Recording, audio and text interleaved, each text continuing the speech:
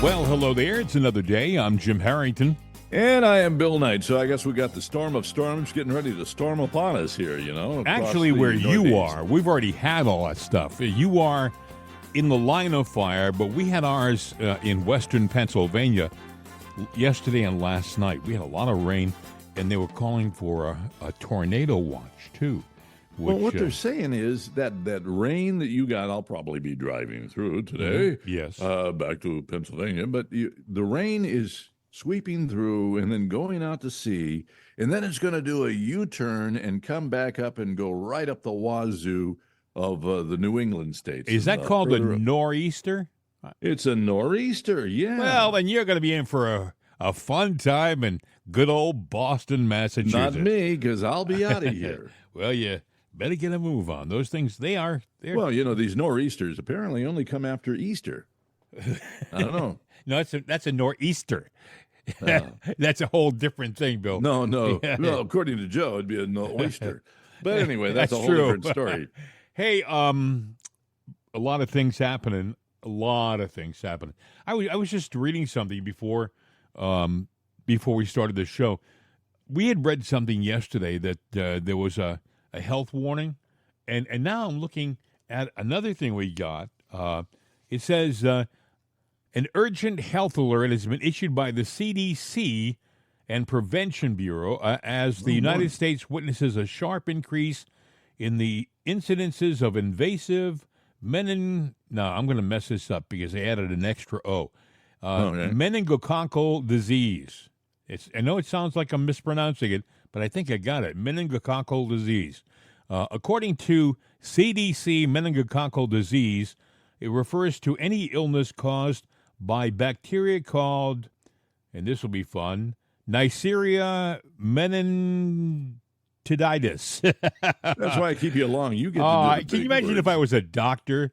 Sir, you have I need a new doctor. Anyway. What was that disease called again? It's called Neisseria meningitidis. That's what it looks like here. It doesn't make a lot of sense.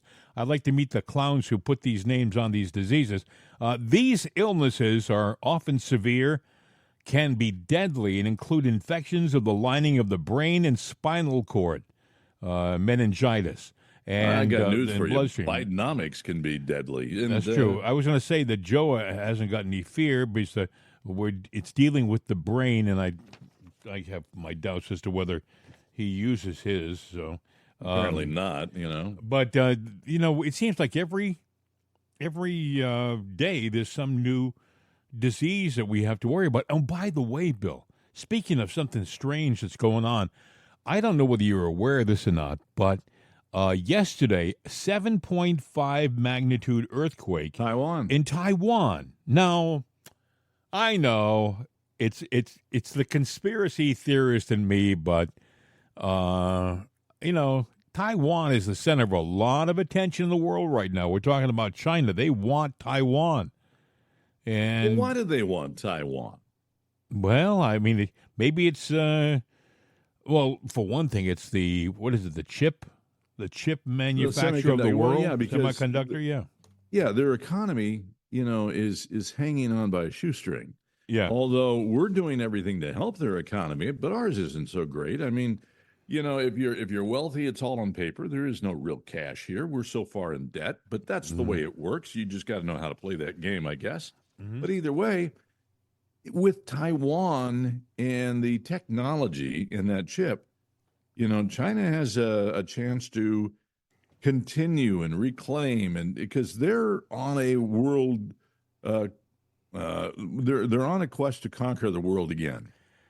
There are some people, I would think, who would look at what's happening with that 7.5 earthquake and think that, and with the possibility that weather can be manipulated, there's a large number of people who believe that the ability to manipulate the weather has been something countries have been working on for decades, and some believe that they can do it now. They can seed clouds and make it rain. They can cause earthquakes. I'm just saying.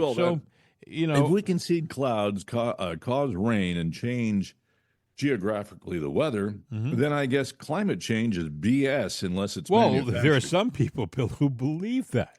There's, Well, you you know we what? laugh. There's an exciting example out in California. Mhm. Back in the 17, 1800s, and all through, I guess, recorded history, there was a big lake, a natural biggest, one of the Oh yeah, biggest in there would it, inland people freshwater lakes, people Tulare Lake. vacation there. People vacation there.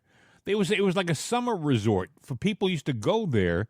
Yeah, there was Pashashi or something like that. The Indian It's word was easy for you to big say. water. Yeah, it Yes. was Indian for big water. It was Tulare Lake. Now, Hmm. the reality is in California and their wisdom, people used to say, well, it was the Army Corps of Engineers. I don't know about that back in, the late 1800s, but somewhere Hmm. around 1889, the land was reclaimed to turn into farmland. Now, I know that because, I grew up out in California and over in Cochrane and So places where around did the there, water Tulare go, Lake. Bill? So Well, the water where did the water go? was basically, drained and dried. They just reclaimed the land. They took the land, they did it. But see, there's something that they never talk about. Like there's a story now. The lake has just reclaimed itself since the first time since 1889 or 98 or something like that. And I'm going like, no, that's a lie. Every 40 years, Mother Nature has brought it back. In the 30s, it came back. The 60s, it came back. As a matter of fact, if you remember, I was just a swaddler in a diaper, but uh, the 1969 floods out in California, as a matter of fact, I remember the phone ringing off the wall when I was a kid. Mom, someone's on the phone checking to see if we survived the flood. What flood? Well, Dan Rather on ABC said that California is completely underwater now, and because of all the torrential rains. And we lived on a hill, and I remember the road down below, the water was straight, it was like a river going down. But Tulare Lake filled up. And then when, the weather cleared, we used to take There family are rides. a number of lakes, especially in the Southwest, that do that. They say it happens because of underwater caves and stuff like that. And, The you water know, seeps in. But yeah. there was more to it than meets the eye. But even in the 80s, the water came back. So, but that lays to rest. They're talking about all the land's drying up and all of this. Remember, California's got no water and everything, and all of a sudden, the torrential rains came, Mhm. and nature reclaims itself, whether we do it or just the natural process Now, of that things. being said, do you know that there is a submarine base that's landlocked in our country? Which one? I believe it's in Nevada. It could, but there is supposedly it's accessible underwater. Literally, the subs go under the state of California to get to it. I know it sounds crazy, but you check it. Check it online. There is a landlocked submarine base. Now, how do you get submarines into? Yeah, well, there would have to be. Well, look, they map everything, and if they have the equipment to see without physically seeing if they're going to run into something, so yeah, they could explore under there. I mean, And it doesn't. I guess what I'm saying is, all is not as it appears to be, but there is a landlocked sub base in the United States. There are some people who have seen video. I have seen video of it. Almost looks like a highway system that goes underground in our country. There's supposedly routes that literally are underground. You drive into a secure area, you bring your truck into like a mountain, and you just keep driving, and you come out you come out hundreds of miles down the road. So I yeah, know. you're talking about Walker Lake, right? No, well, no, about what for where the submarine base is? Nevada, yeah, Walker Lake. Yeah, I didn't know what that was called, Bill. If you have the name of it there, how do you have a submarine base that's landlocked unless you have access to it with submarines that are not built specifically for that lake? You know what I'm saying? You don't say like, "Oh, we'd like to build 3 submarines. One we're going to put in a lake and it'll never see the ocean." No, they have access to it. But anyway, did you check on it? What did it say about Walker Lake, Bill? Well, no, I'm seeing Walker Lake, but apparently we actually during the Cold War, the U.S. Could not build secret bases capable of housing some of their assets. And there you go. And there's the picture of it. Well, I see. If we were doing television, the whole That'd audience be could great. see Yeah, it. you would see that. Yes. And go, but right now, he's making that crap. No, go online, folks. Go online. And now that we know the name, just do a Google search for Walker Lake. And Now, you know what? The picture could be anywhere. I'll say that. It could be anywhere. That could be a sub in a cave in Germany. I don't know. But the point is Walker Lake, and I had heard about Walker Lake before. That's why I knew where to go for it, because Walker Lake, there's always been rumors that somehow there was a secret base under there. Now, that means that possibly, depending on the elevation and everything, that lake is fed by, water from somewhere else. Well, it's I don't interesting. I just do know that there are a lot of things going on in this world that we're not being told the truth about. And this thing in Taiwan, it just seems to be very coincidental that a major earthquake happens on an island that is such a pivotal, point of focus of attention as far as world politics is concerned. It just seems coincidental that Taiwan would be nailed. Well, Japan's getting ready to get the after effect. Well, that's true. After effect with the tsunami. Tsunamis, yeah. Yeah, about 3-meter wave, 9, what is that, 9.5 feet, something, 10-foot wave. Yeah. Let's just say. Yeah, Which I guess doesn't sound like much, but it could be when you have a big, massive amount of water washing in. That's depending on. That's exactly right. It doesn't take a lot for water to do devastating damage. People say, well, it was only enough water. I could stand up in the water. It's not the fact that you can stand up in it. You have thousands of pounds of pressure pushing against everything. You have debris that it picks up along the way that causes issues. It's not just the water you have to deal with a tsunami. Anyway, Trump was in. Do you hear about this? He was in Green Bay, Wisconsin. By the way, speaking of snow, they got snow in Green Bay yesterday. They had a winter storm. Didn't he do a proclamation? He wasn't going to be one up by Joe. He did. As a matter of fact, I'm going to let you hear what he said, Bill. We are going to save our country. We're going to save our country. And what the hell was Biden thinking when he declared Easter Sunday to be Trans Visibility Day? Such total disrespect to Christians, and November 5th is going to be called something else. It's going to be called Christian Visibility Day, when Christians turn out in numbers that nobody has ever seen before. Let's call it Christian Visibility Day, all right? You gotta love this guy. Christian Visibility Day. Well, what a day. What a marketer he is, huh? Amazing.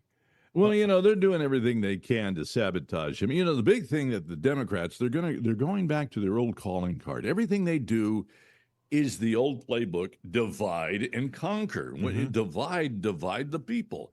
And if you don't believe that we are under attack by our own government, well, here they come again. Well, let's divide the women because, reproductive rights. We will sit there and rewrite the narrative and say that these guys, they don't respect your body. We do. 6 weeks or whatever. You don't even have long enough to figure out that you're pregnant and want to keep the baby or not before you can sit there and abort. You should be able to do it after its birth. Look, there has to be some kind of, you buy a car. It's got a warranty. It's got an expiration date. There has to be certain limits. Okay, there could be situations where rape, incest, health reasons that abortions make sense, but not to everybody. Not just, though. Not to everybody. Not to every. There are some people who believe that abortion isn't acceptable under any circumstance. And I have to tell you, I know you're going to think this is the older I get, the more I realize the sanctity of life is absolutely sacrosanct. Life. Well, who are we to play God? Well, some people on the other side would say the same thing. Well, people say it's my body, I can do what I want, but It's not a matter of it being your body. If it were just affecting you, then you could do what you want. But it's not your body we're talking about. It's the body of the unborn child. But what they want to do is they want to divide the whole thing. There is no, it's a complete attack on society, and it's a campaign. They made it a campaign issue, and it shouldn't be. I do believe in forgiveness. I do believe that God is a forgiving God. I don't want to sound like I'm doing a homily here, but I do believe that there are a number of women in our society who have had the procedure, abortion, and don't feel good about it. And I would say to them that if you had that experience in your life, and you believe in God, you know God is a loving God, and you're the fact that you realize your mistake is enough for God. In my opinion, I believe God forgives you. And I believe that he wouldn't want you to live your life, with this hanging over your head, Well, that's absolutely true. God forgives and he forgets. He moves on. Mm-hmm. We, as a creature of this planet, don't. As a matter of fact, we use it to separate and divide. Well, I don't think that. I think that's the devil. I do. And speaking of that, well, then there's the devil in all of us. Then, because or the devil in the Democrat. I found this piece of audio, Bill, this morning. A little nun, her name is Mother Miriam of the Lamb, formerly Rosalind Moss. Doesn't she have a podcast? Yeah, a Catholic nun who publicly criticized Joe Biden. She called him inept and evil. Here's what now I want you to imagine when you're listening to this that you're in a classroom and you have a nun in front of you and she's telling you to sit straight, but this is Mother Miriam. In normal times, an election is the moment when ordinary people can take back control of their nation's destiny. But these are not normal times. Across the globe, men and women are waking up to the alarming truth that governments no longer serve God or the people. And beloved, I'll interrupt to say myself that if President Trump gets in, it's a complete act of God. If Biden is not reelected, it is a complete act of God, because every scheme and every evil is out there that he would continue to be our president, as inept and evil as he is. At least done evil things. Those that surround him and advise him and even direct him, the devil is wise, and I would not put it past them to do anything. I know that recently someone has made a motion that no one should be able to vote who cannot prove U.S. citizenship. I totally agree with that. But there are those in the Democratic Party who do not.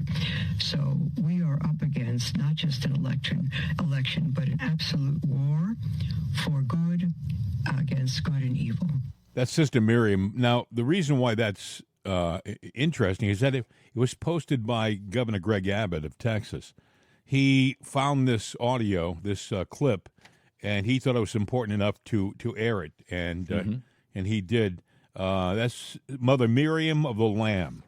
Well, my point earlier is the simple fact that the Democrats are taking an issue, and that is abortion, and they're saying, well, women. And they're using women to divide, saying women want the right to abortion, and that's the election swayer. And the reason that I'm saying that is because it's not really about whether or not all women are for abortion. What they're really doing is using that as the poster child for stealing an election. Well, he lost because to your point, in Florida, they just stood by the new, I guess it's 15-week restriction on abortion. In Florida, it's a strong abortion law. So the first thing the Democrats do is say Florida is in play, meaning they think that the most important topic on the planet is abortion, Think about that for a second. We're talking about killing little babies. I mean, they're making it sound like that is the issue. Never mind the fact that we have millions of invaders coming into our country and causing all sorts of problems, including, by the way, in the state of Massachusetts. There's a big thing in Massachusetts today about how Maura Healey, who's the governor in that state, she's got an old veterans hospital that they're converting into an illegal sanctuary, a place Well, for you the know what? illegal. I guess if her parents would have gotten an abortion, that wouldn't be going on. Well, I mean, Just saying, yeah. taking their narrative and spinning Well, it around. I mean, The point is, it shouldn't be a topic. It Well, shouldn't it be is, an but issue. no, the Democrats are making it an issue. They're going to Florida, which is a key state, and they're going to hop They on say it. they're going to flip it. They say that they can Yeah, flip it. They right. can't flip that state. Now, what they can do is steal that state. And that's Well, what they're going to do. Anytime they say they've got it, they're going to win it. They've already figured out how to steal it. Well, and they're I was reading this morning, Bill, where Pennsylvania, there were like a handful of states that are having issues with registration. They're making it easier for people to register without an ID. Okay, so one of them is the state of Pennsylvania, and I can't see. Oh yeah, here it is. A significant uptick has been reported in voter registrations without a photo ID in 3 critical swing states: Arizona, Pennsylvania, and Texas. So they're making it, and that makes it easier to get corrupt elections, pure and simple. once they flip a state, legally or illegally, Texas should take a damn good look at California, Massachusetts, all the New England states, New York. There's about 15, 18 states that they ought to take a look at. They're all blue states, big blue states. They're all going bankrupt. You have to ask yourself, why is it the guys like Obama and Biden and Clinton back in the early 2000s, like 2006, stood up and said that we needed a secure border, that we had to protect our borders at all costs, and how these same people, in a matter of 15 years or so, flipped. Why did they flip? They flipped so they could pad the voter registration rolls with phony, illegal voters.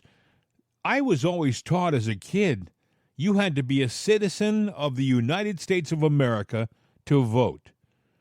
Well, they're not. Well, you they're should, stretching that. we should, mandatory, there should be a deadline for registration. You have to have valid voter ID to go in and vote.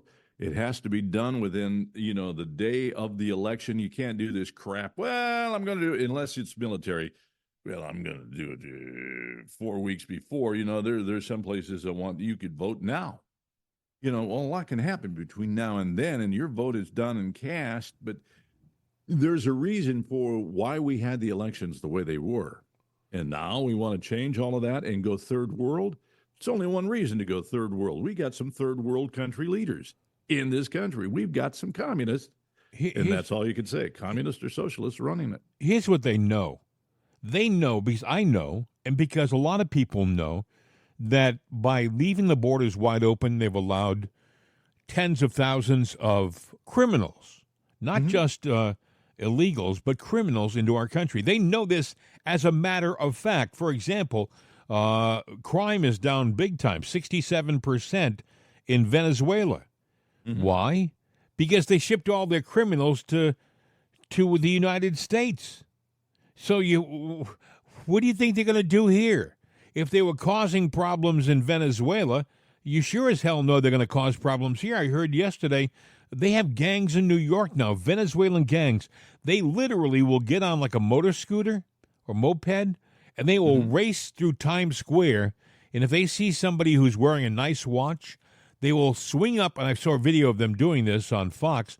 They swing up, they jump off the motor scooter with a gun, say, Rolex, Rolex. The guy takes off his watch, they hop back on the motorcycle and take off.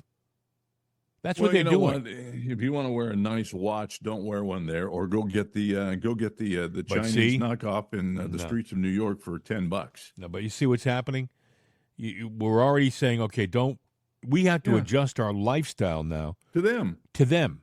Yeah. We've allowed corruption into our country, and now we're saying, okay, well, we really shouldn't go to a theater like between 8 and 11 anymore because it's dangerous on the streets at nighttime in New York. So stay in the house, watch TV, stay in the house. Don't go out to dinner with your wife or husband because it could be dangerous at Well, 8 o'clock at night. when did all this start happening? Was it during the Biden administration, the Trump administration, Oh, Biden. the Obama Biden administration? Well, No, there you go. big time during the one we're in now. This guy here is Big just, time now, but it was Yeah. happening too under Obama. I'm but saying, it stopped when Trump was in office. yeah, it stopped. But they try to blame everything on Trump because he got in the way.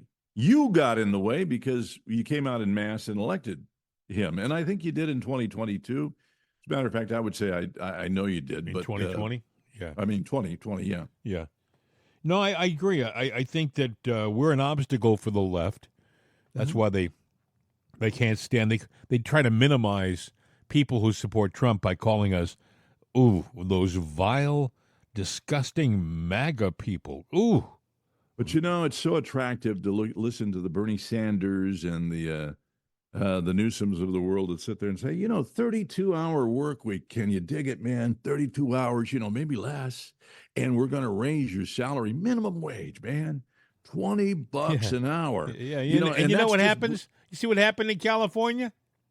Well, They- prices are up, jobs are down, automation Yeah, kicks in. that's That was a it. brilliant move. That's brilliant, it. That's brilliant. it. They put kiosks in the fast food restaurant. So now instead of driving up and hearing, "Hi, your order, please, sir," you hear, "Hi, your order, please." Well, I was at up in Mass. I was in Worcester over the weekend. Worcester. Yeah, and there's a McDonald's there. It's Mm-hmm. on like Belmont Street. Anyway, the simple fact is, went in and was getting, with the kid, getting something to eat. And you go in, remember how they had all the registers up front? Sure. They have two, and they were both turned off. So you have to go to the little order kiosk. Sure. Now, there was a problem. People like me that really don't speak, Spanish. Spanish, and read it, let alone couldn't get our orders in. So we had to wait and flag somebody to come up and open up a register. You see, the English, you could pull Wait it a up second. and get it in The English. kiosks were in Spanish only. They only worked in Spanish. In the English, they didn't go, you could say, yeah, I Oh, want a my double God. cheeseburger with bacon. And then you go, No next. español. It didn't work, it didn't work. And I was like, oh, what the hell? And then, this lady, she spoke no English. She came in and she changed the language and it went right through. And I'm sitting there, another guy and I are looking at this going, okay, let's go. And you couldn't do it in English. So I switched it over to the Spanish, had no idea what I was, looking at. You ordered I was a going, oh, it goes next. Yeah, So burrito. It's programmed in Spanish. Nobody back there spoke English. And, that's fine. But the simple fact is, don't you think this country that had a language should have you stick to the universal language, but they didn't. Now, the interesting thing is my order was 159, I think, and they were on order 155. And I was sitting there going, well, we'll bring it to you. They said it in Spanish. I go, huh? And they stumbled through the Sure. site.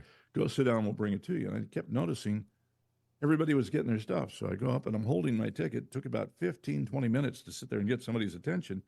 And I look at it and go, and so nothing. Another lady comes on. I'm going, what the hell's going on here?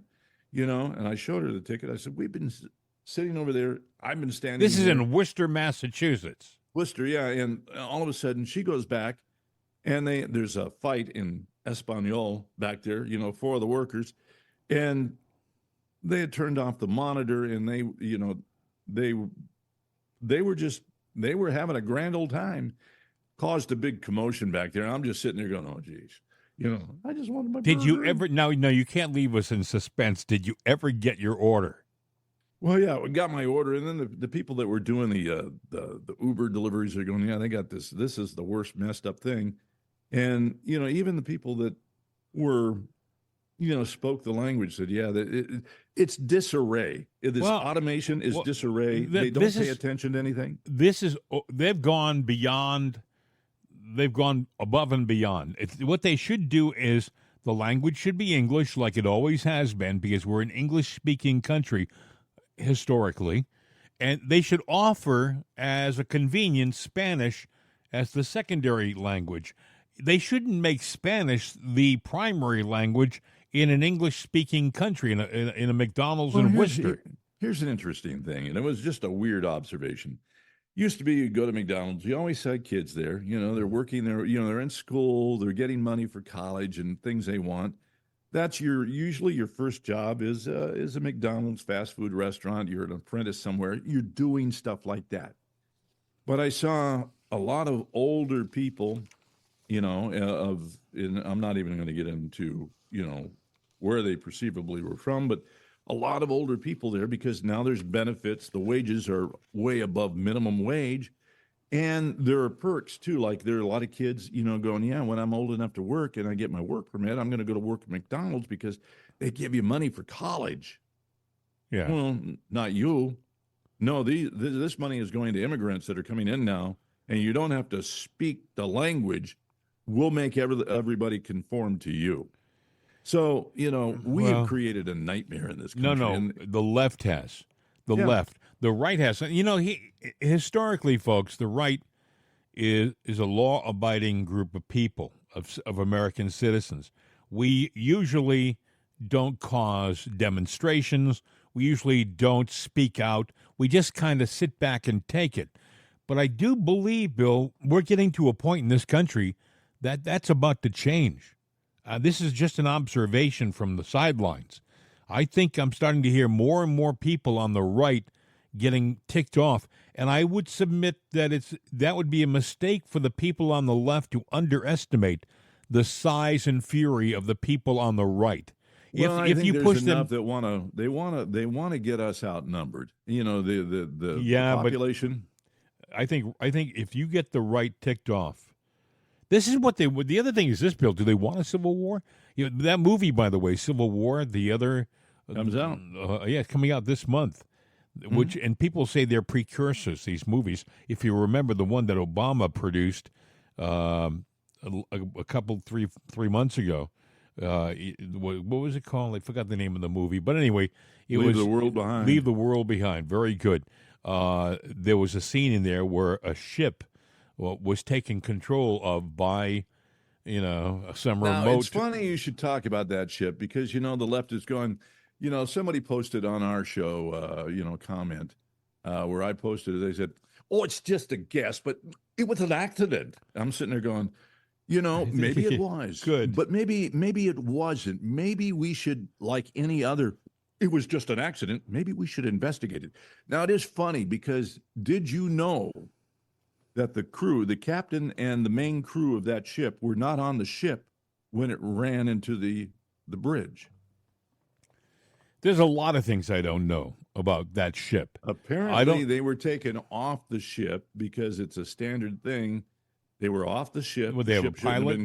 They had a harbor pilot in control. Is that what?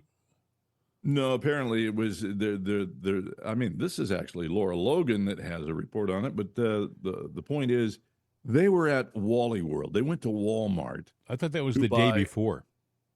Well, either way, apparently they weren't on. They're saying that they were gone. I don't know if they were or not, but there was a problem. Well, I can tell you one thing.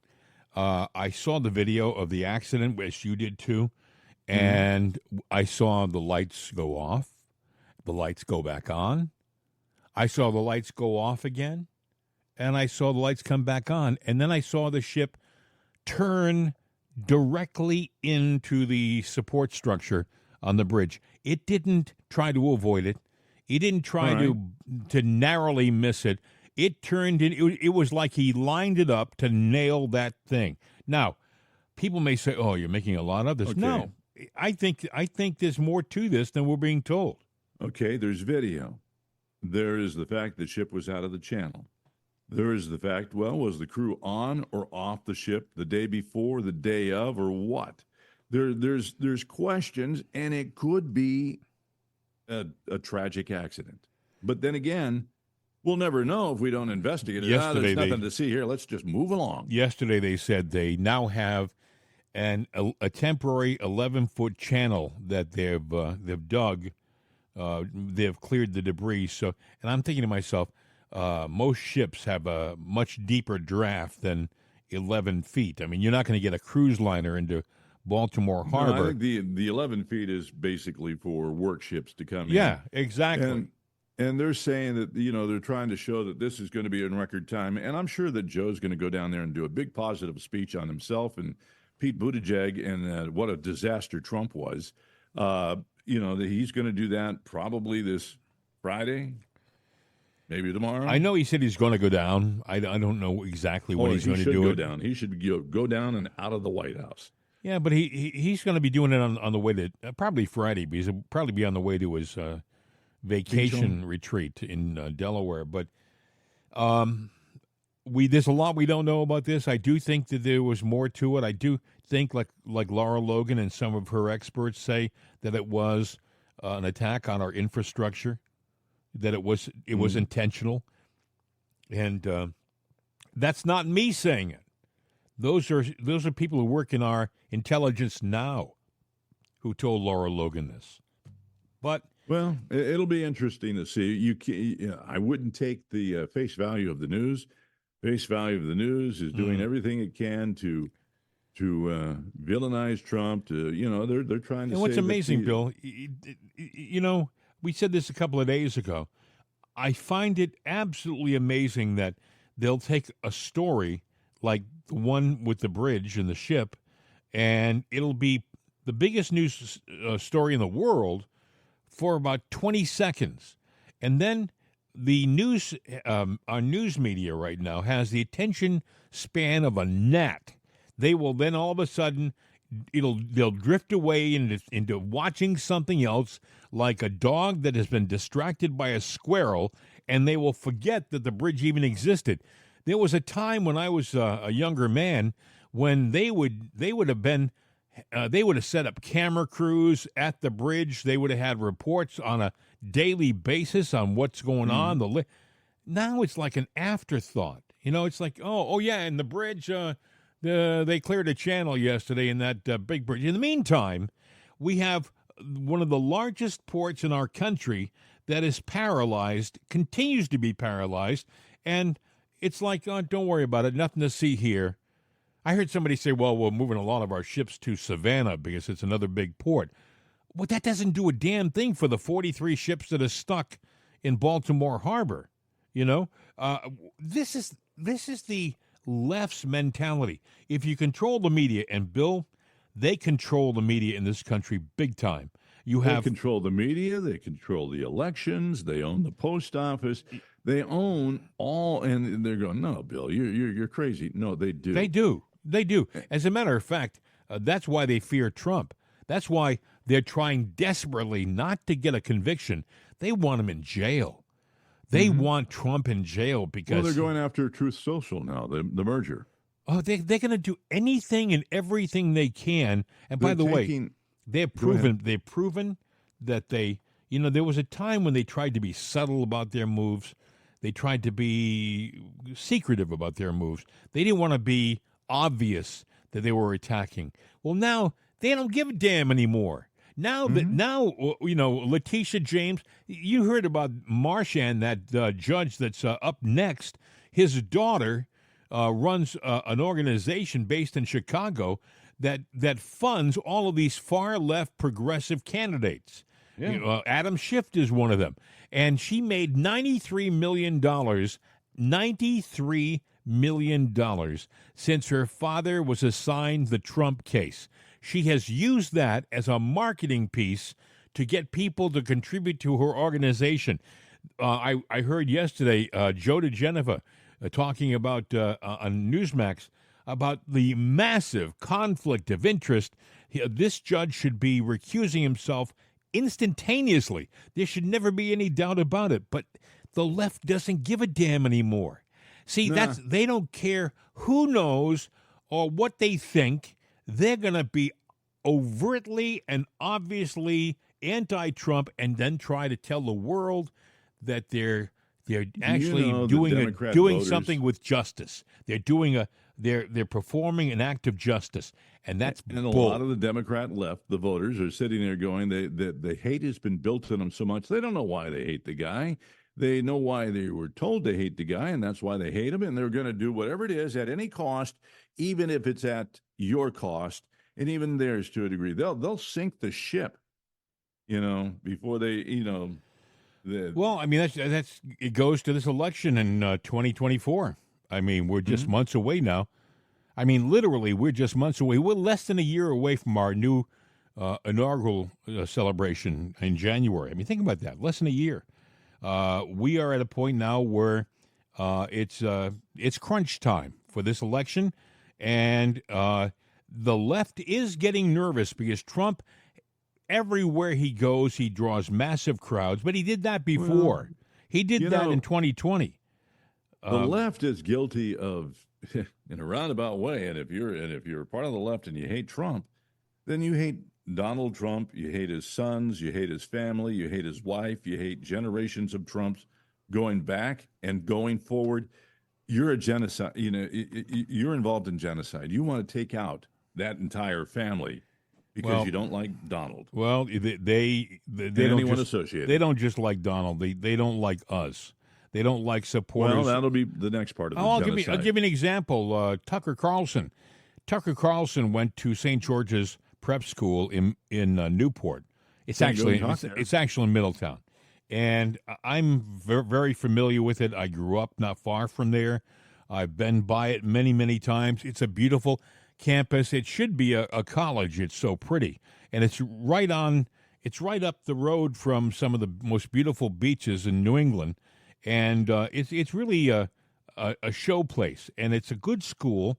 I believe it's an Episcopalian-based school, and it's been a good school for decades. Tucker Carlson went there, and his kids went there. I guess he said 3 of his kids went there.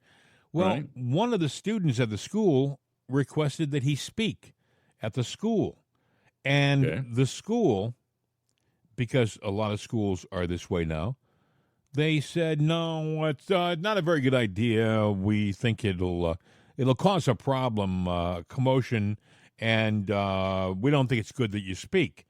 And Tucker said, well, what do you mean? Why is it that you don't want me to speak at a school that I went to and 3 of my kids went to?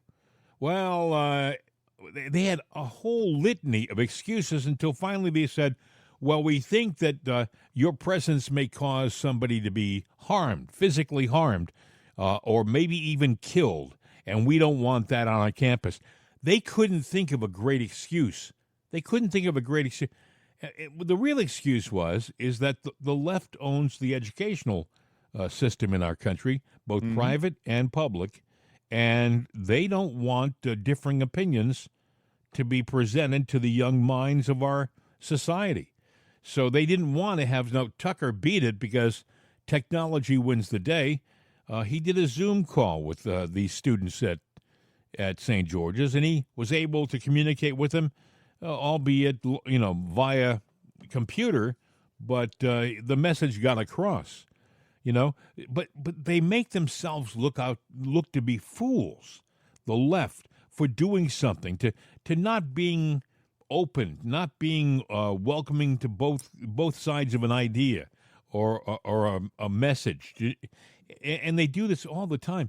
I have grandchildren who are in college, and I will not talk politics with my grandchildren because, as much as I adore them and I love them, I know that they've been in that whole system for years, and it's not until they get out into the real world and start to experience honest-to-goodness life when they start paying their own bills, buying their own homes, having their own property, paying their own taxes. that's the education they really will need. That's the valuable education that will waken them up, I believe, because they are intelligent, very intelligent people. It's just that they've been inundated with all of this propaganda from one side, do you know? And it's the way the school system works. And like I said, I love them dearly. So I'm sure if you probably talk to them now and they know that I do the podcast, they say, "Oh, we love Grandpa, but he's a little nuts," because No, they don't say a little; they say a lot. a lot, But, you know, exactly. Anyway, I want to play this, Bill. sure. I think every so often it's important that we stop for a second and realize where we are in the world right now. Paul Harvey did a report back in 1965. I were the devil. Yeah, if you were paying attention, you probably have heard it before in this show. I got a better copy of it. The one that we had before, the guy had music behind it, and it was ridiculous. But this is how it went back in 1965. Tell me this guy wasn't prophetic. I mean, this is an amazing piece of journalism. The late, great Paul Harvey. If I were the devil, if I were the devil, if I were the prince of darkness, I'd want to engulf the whole world in darkness, and I'd have a third of its real estate and 4/5 of its population, but I wouldn't be happy until I had seized the ripest apple on the tree, thee. So I'd set about, however necessary, to take over the United States. I'd subvert the churches first. I'd begin with a campaign of whispers. With the wisdom of a serpent, I would whisper to you as I whispered to Eve, do as you please. To the young, I would whisper that the Bible is a myth. I would convince them that man created God instead of the other way around. I would confide that what's bad is good and what's good is square. And the old I would teach to pray after me, Our Father, which art in Washington. And then I'd get organized. I'd educate authors in how to make lurid literature exciting so that anything else would appear dull and uninteresting. I'd threaten TV with dirtier movies and vice versa. I'd peddle narcotics to whom I could. I'd sell alcohol to ladies and gentlemen of distinction. I'd tranquilize the rest with pills. If I were the devil, I'd soon have families at war with themselves, churches at war with themselves, and nations at war with themselves, until each in its turn was consumed. And with promises of higher ratings, I'd have mesmerizing media fanning the flames. If I were the devil, I would encourage schools to refine young intellects, but neglect to discipline emotions. Just let those run wild. Until before you knew it, you'd have to have drug-sniffing dogs and metal detectors at every schoolhouse door. Within a decade, I'd have prisons overflowing. I'd have judges promoting pornography. Soon I could evict God from the courthouse, then from the schoolhouse, and then from the houses of Congress. And in his own churches, I would substitute psychology for religion and deify science. I would lure priests and pastors into misusing boys and girls and church money. If I were the devil, I'd make the symbol of Easter an egg and the symbol of Christmas a bottle. If I were the devil, I'd take from those who have and give to those who wanted, until I had killed the incentive of the ambitious. And what'll you bet? I couldn't get whole states to promote gambling as the way to get rich. I would caution against extremes in hard work, in patriotism, in moral conduct. I would convince the young that marriage is old-fashioned, that swinging is more fun, that what you see on TV is the way to be. And thus I could undress you in public, and I could lure you into bed with diseases for which there is no cure. In other words, if I were the devil, I'd just keep right on doing what he's doing. Paul Harvey. Good day. Now think about that for a second. That was 1965. Some of the younger people in the audience may be saying, well, what's so special about this? Understand, in None of 1960, that was happening then. in 1965, exactly, none of that was happening. Whole states would promote gambling, right? 1965, they didn't do that. We had no lotteries in 1965. We didn't have Powerball, Mega Millions, all I was these just going to things. say, what's going on tonight? The Powerball. Get rich quick. Let's go buy a lottery ticket for $2. Oh, let's buy a multiplier. Hey, you know what? The You odds never of- know. You could be the winner. Look, I bought a ticket. All right, I bought 3 tickets. The odds of me winning, I always think of it as a donation to senior citizen charities in my state, because supposedly. Starving disc jockey benevolent. yeah. I know. I've But- donated to that too. But I mean, the fact of the matter is, all the things he was talking about, social diseases, they didn't talk about that in 1965. If you remember, it was the era of free love, man. Hey, man, let's go to Woodstock, and we can make love in the field, with Easter anybody we Sunday. want. Observation on Easter Sunday. So, over and doing a family dinner thing, and somebody said, well, I got to go out and get something. And the stores aren't open. No, there's nothing open. Only the necessities in life. You couldn't go to a store. Liquor stores were closed. Good thing. Liquor stores were closed. You could get gas. Oh, I remember what else was open. Lottery tickets. You get lottery tickets. Yeah, at the filling station. Yeah. Because they have the convenience store. Yeah. But one other thing was open. The cannabis place where you could go get weed. Oh, that was for medicinal purposes only. But you think about it, weed has become basically legal. They're not going to do you for anything on that now, and the gummies and all of that crap. So a stoned America is a willing to be led along America. The reason why it's so important to play that every so often is that he goes through a litany of different things, and a lot of young people would say, I don't hear anything special about that. But believe me, if you were around in 1965, everything he talks about is special. Everything that he talks about is something that has happened in this country. Social diseases. We had, we lived through the era of AIDS. Before they had a cure for AIDS, when it was a devastating, deadly disease, we lived through it. Again, we lived through the era of free love. Hey, man, sex was not something which was sacrosanct at one time. Back in the late 60s, early 70s, it was like a casual thing, because we'd become so decadent in so many ways, And now if you look around, like we talked about the lottery, the governments are promoting lottery. There's a time when they'd put you in jail for doing that, Mm-hmm. I mean, the mobsters had what was it called? It was the numbers game, and as a matter of fact, most people who were involved with the numbers, they participated in the numbers game. They will tell you that the mob ran it better than the state. There was actually more of a chance to win with the numbers game that the mob ran as opposed to the numbers game that the state runs. But and you go to the table. If you count cards, you can count cards. And I've known people that can. Sure. And if they see you and they watch your eyes, they have people that know how to do it, and they sit there and they'll watch you. And if they see you doing that, all of a sudden a guy in a suit comes up and goes, hey, "We need to talk to you for a little while." Yeah. And that is a felonious offense because you're screwing them out of money because you know how the system works. They're supposed to steal from you not from them. That's true. As a matter of fact, there are a lot of young people. There was, I believe, somebody from Massachusetts or Rhode Island, students who went down to Vegas or Atlantic City, and they would do it on a regular basis. That they even made a movie out of it because they would go down on the weekend and they would come home with like hundreds of thousands of dollars in winnings because one or two of the people were like math geniuses. They could literally sit at the table and tell you who had what in their hand and what they were going to do next.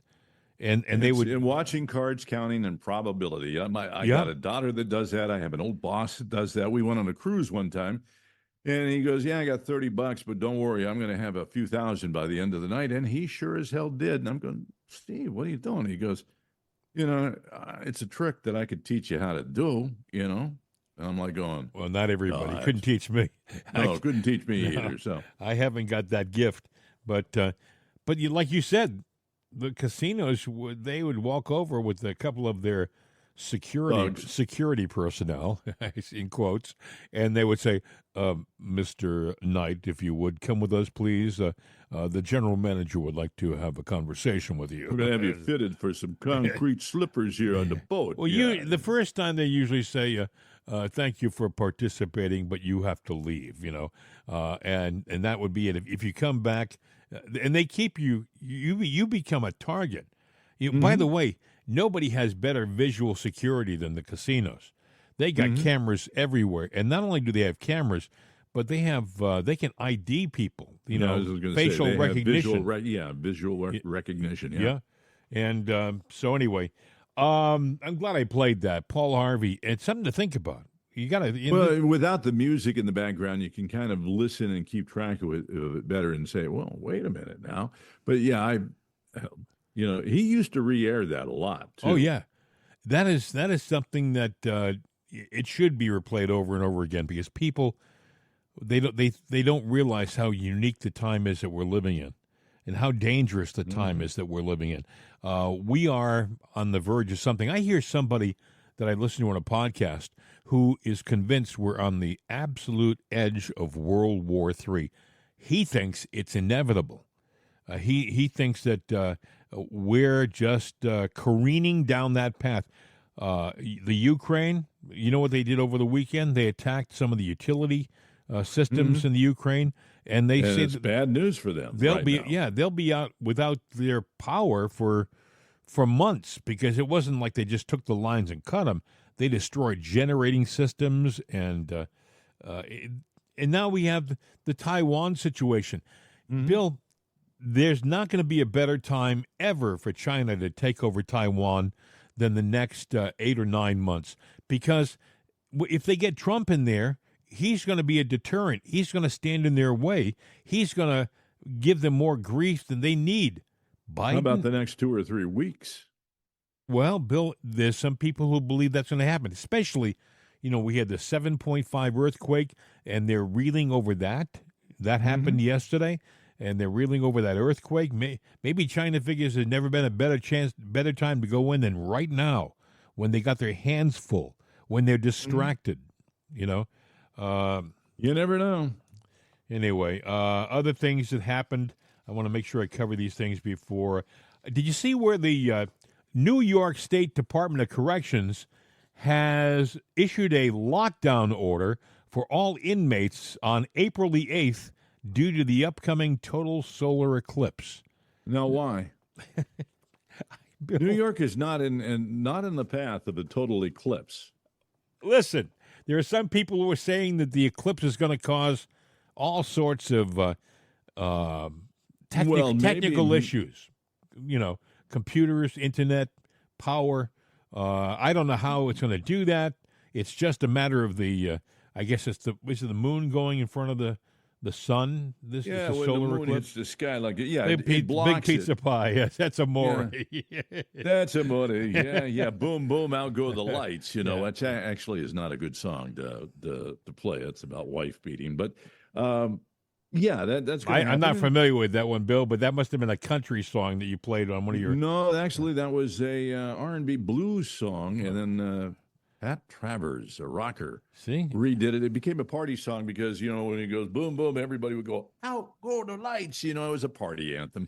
Not really thinking about what it was about. I didn't go to the same kind of parties you went to. I didn't go to the party. I'm just telling you the song. I was probably home mowing the lawn or something. There you go.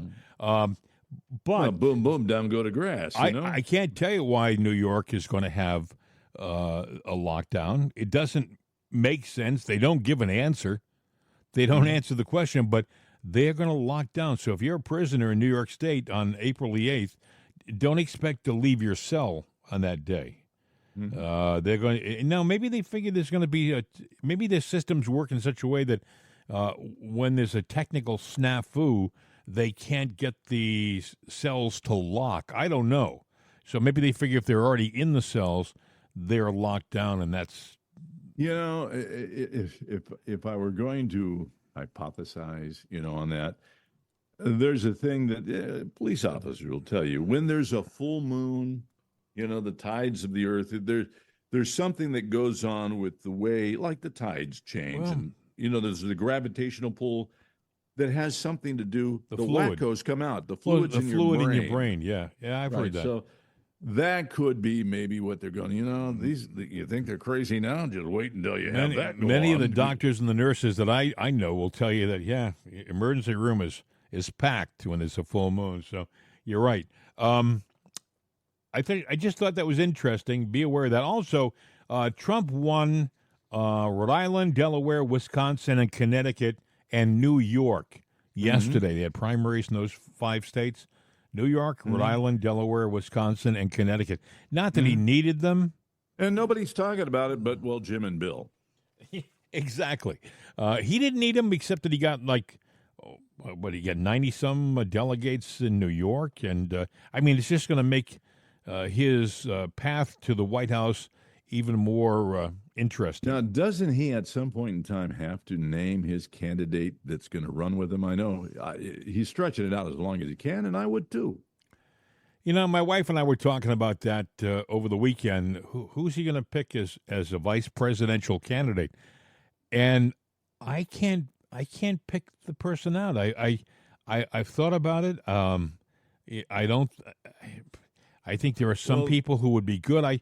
I've heard Tim Scott mentioned. I think that would be a mistake. I don't think he is the person for the position, because I think you need somebody who is more dynamic in front of a camera. Well, Kennedy picked his, and I'm not sure about the lady. I forget her name. He picked somebody who was really left, incredibly wealthy. Her ex-husband was one of the founders of Google, and they're worth billions of dollars. So what he did was he bought funding for his campaign. Yeah, and he even sat there and said, I think she just made some bad choices. Then you made a bad choice, and you should have never picked her to begin with. But then he was spewing that, you have to have your running mate, because I forget what it was, but there's something that you have to do for your campaign to be official and everything going on. I thought, well, that's interesting. Trump probably knows that, and he's going to stretch that down to the wire, but there's probably some technicality. We live in a media environment, and I think personally, in my own humble opinion, a terrific vice presidential choice for Trump would be Carrie Lake. She is totally at home in front of a camera. She's an attractive person. She's very smart, very intelligent. Some people will say, well, she hasn't got a long track record of political success. Hey, she's only run once, and a lot of people would believe that she had her election stolen too. But that's neither here nor there. That's history. The left wants to know, because they want to have time to really tear him apart and attack him and everything. So they're attacking everybody now that's even a potential. Don't be surprised if he brings in somebody that nobody has talked about. Vivek Ramaswamy would be a good choice in that. But eyes are on him too. But he's a very articulate guy. He thinks quickly on his feet. He would appeal to the younger voters. He's in his 30s. He might be good. Now, some people say, I know as a matter of fact, I've heard people say, well, he's connected to Soros. The only connection he has is when he was going to school, he actually got a scholarship from George Soros's brother. I think his name is Paul. And that was the connection with Soros. I would probably submit that a lot of people got scholarships from Paul Soros, but whether or not... And there's probably a lot of us that have connections that we don't even know about because of their money going to a lot of places. Yeah, that's a good point. Absolutely.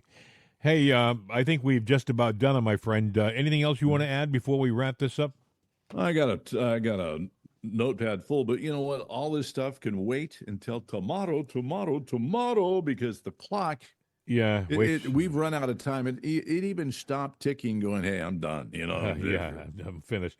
833-538-7868 is our number, 833-538-7868. Mail at itsanotherday.com, mail at jimandbill.com, jimandbill@mail.com. Okay, and with that, I think we can put a fork in it. We're done. With that, all we have to do is your standard out. The standard out, which would be hasta la vista, baby. We're out of here.